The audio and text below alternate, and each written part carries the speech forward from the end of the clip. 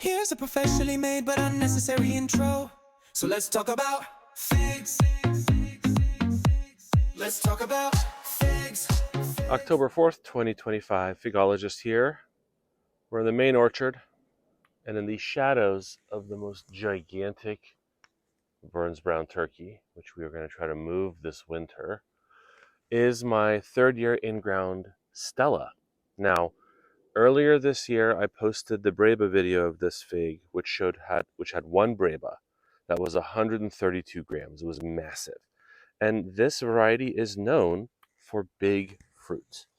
So this one might be a day or two late. You can see it is dripping.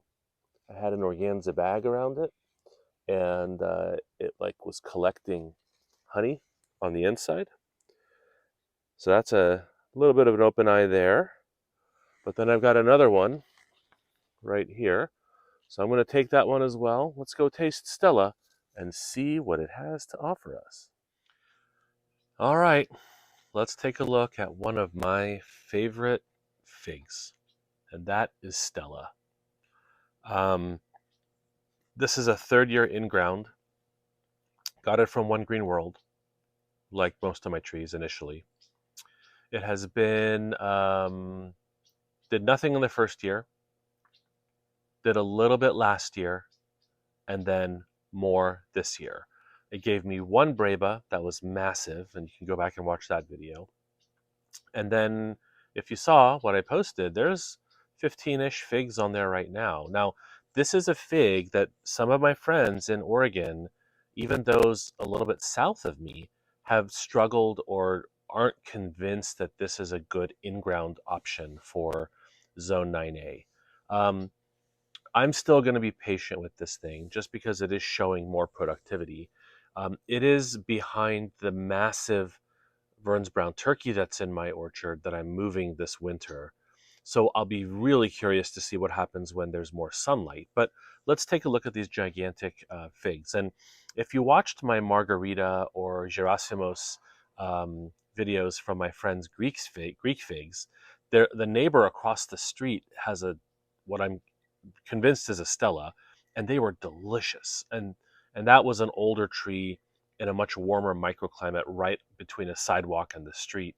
So that thing's been ripening for a couple of weeks now. But let's take a look. Let's weigh these two. One of them is much bigger.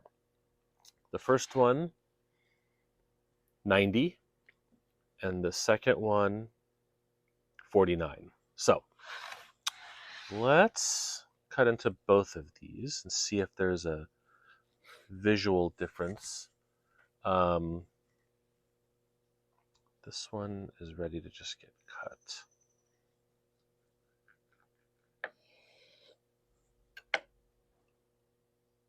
Oh man, come on. I can't even fit it in the frame.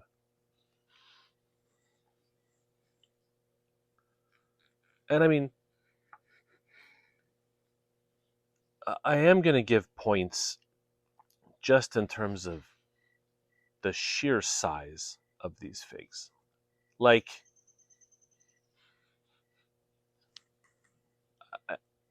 I know that it's not always about size. No, audience, that's not what I'm implying. Look at how beautiful these figs are, all right? But when you add the fact that this is a 90-gram main crop fig ripening at the beginning of October, easily. I mean, we have weeks of decent weather that will still ripen. I'm totally pumped. I have always just loved this fig. So this one is a little more watery. I'll guess the bricks on the ginormous one, and then we'll just record the bricks on the smaller one. But again, these watery ones, these big ones, often are the ones that I get fooled, where they taste sweet, but they aren't super high on the brick scale. So I'm going to cut this chunky thing in half. I don't need this whole thing. Well, I'm going to eat both of them. Um, but I can eat one off camera later. Let's take a taste of Stella, October 4th, 2025, Oregon Zone 9A, third year in ground. No, body wants to hear gross sounding fig chewing into a microphone. Okay, so let's taste the bricks, or test the bricks. This is going to be 17.8. Yeah, so I mean, not as, again, same sort of idea. Um, not super duper high. Tastes very, very sweet.